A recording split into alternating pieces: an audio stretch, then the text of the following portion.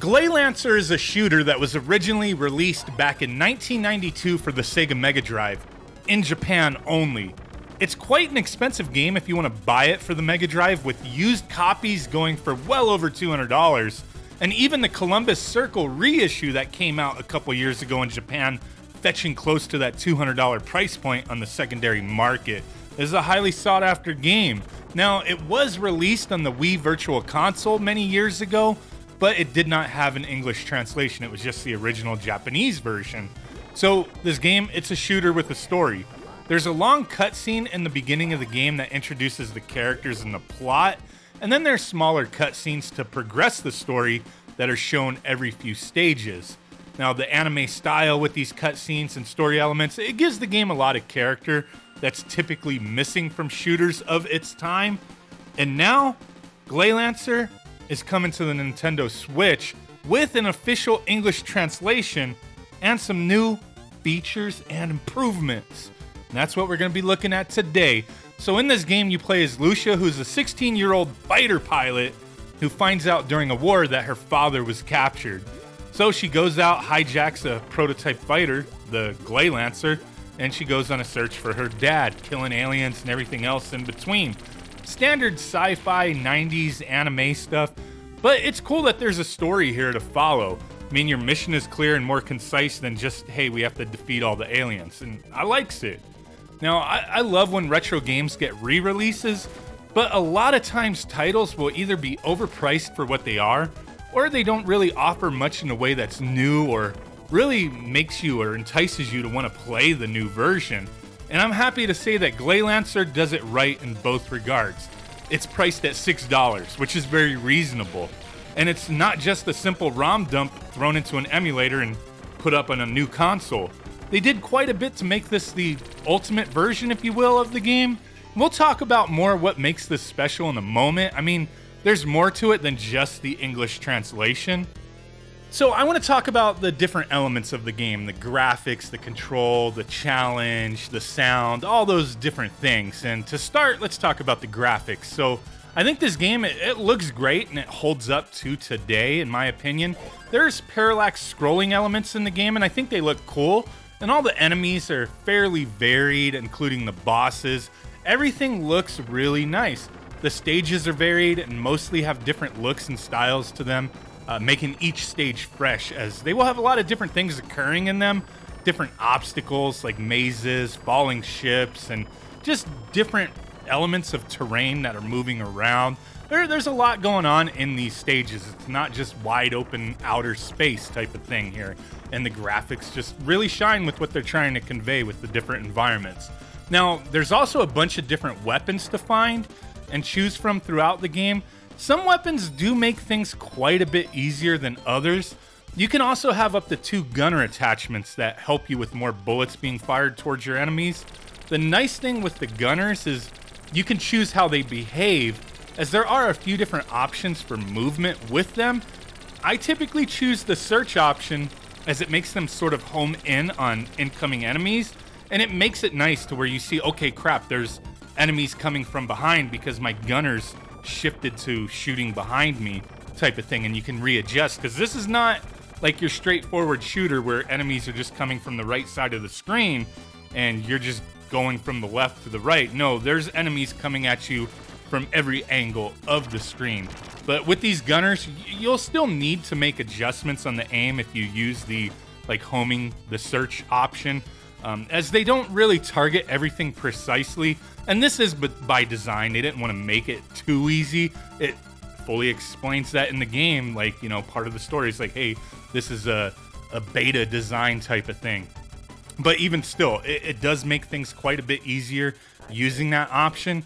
Now, one of the nice additions to this version is you can, mid-game, with a simple button press, change how your gunners behave. So you could change that movement option, so you can constantly adjust your strategy. In the game, you can also adjust your speed with the ZL and ZR buttons. And this is something someone who's never played the game before may wish they knew ahead of time, especially if they just jumped right in, didn't look at what the button assignments were. Some levels, you'll want your ship's movement slower, some stages faster. So being able to adjust on the whim is a must, you know, to make things more manageable. That's one thing you just got to know. The normal game, that's how it works. You can adjust your speed. And if you didn't know that, you might have a more difficult time or maybe not enjoy the game as much because it's not power-ups to adjust your speed. It's just a button press. And like I said, it just kind of varies depending on the stage and how fast or slow you want to move. Now, the game, it controls great with the Pro Controller, which is what I use to play the game, using either the analog stick or the D-pad for movement. Everything was good. There didn't seem to be any latency issues with the way this game was developed, so no real issues with control there. Everything felt natural and just fine. Now, one thing I guess I forgot to mention is this version of the game, it offers two ways to play. Either the new modern version or the original Japanese release. We're mostly talking about the modern version because the Japanese release is just the vanilla game without any of these modern extras added onto it. Now, with the modern version, like I said, you do get new features, and the Japanese version just keeps it pure in a sense. In the modern version, you can also be a cheating bastard and use rewind by pressing and holding the L shoulder button. I mean, I'm joking around a bit, but it does come in handy so you can learn the game and kind of get better at it. I found, you know, I've played this game before, but playing it on the Switch, I did find using the rewind quite a bit earlier in the game until I kind of, you know, got my bearings straight, and then I started using it less because I didn't need to. But it's a great tool to just kind of get better at the game, I guess you would say. You don't have to use it, and if you play the Japanese version, you don't even have an option to use it. So it does come in handy, you know. But overall, I wouldn't say this is the toughest shoot-'em-up ever made. I mean, far from it. But I feel like the balance of the gameplay and the different options you have make it a fun and accessible game to any range of shooter fan. Be it you're not usually great at these types of games, but you kind of like them, or you're a hardcore shoot-'em-up fan. So, I mean, it's nicely balanced in my opinion.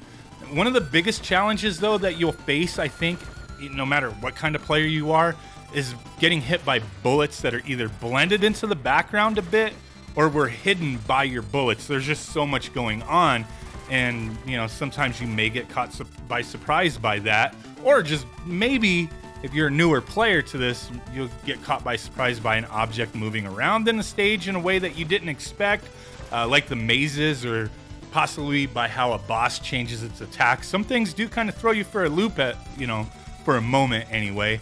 But overall, I think the challenge was fairly balanced with this game.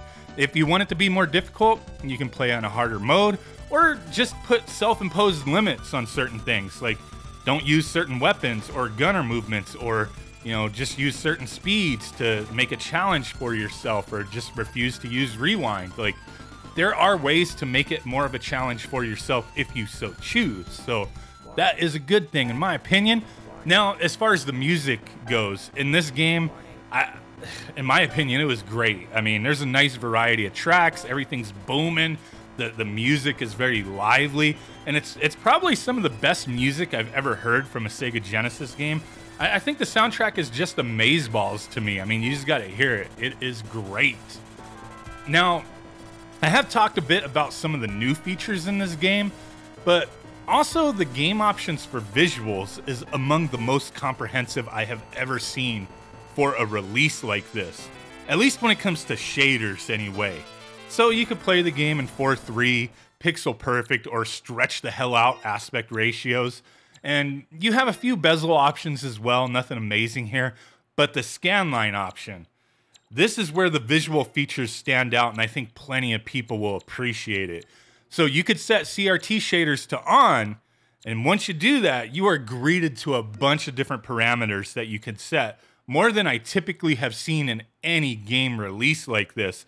You have mask type, mask intensity, scanline intensity, and sharpness, the curvature of the screen, the roundness of the corners, and gamma options are just a few of the selections you have here. I mean, you could really tweak the scanlines quite a bit with this release. I'm normally not a fan of scanlines, but seeing the options that they put here, yeah, I'm sure there's a lot more they could have done with it, but what they just put in this, you know, release of the game is quite a bit more than I normally see. So I thought it was really cool to see all that.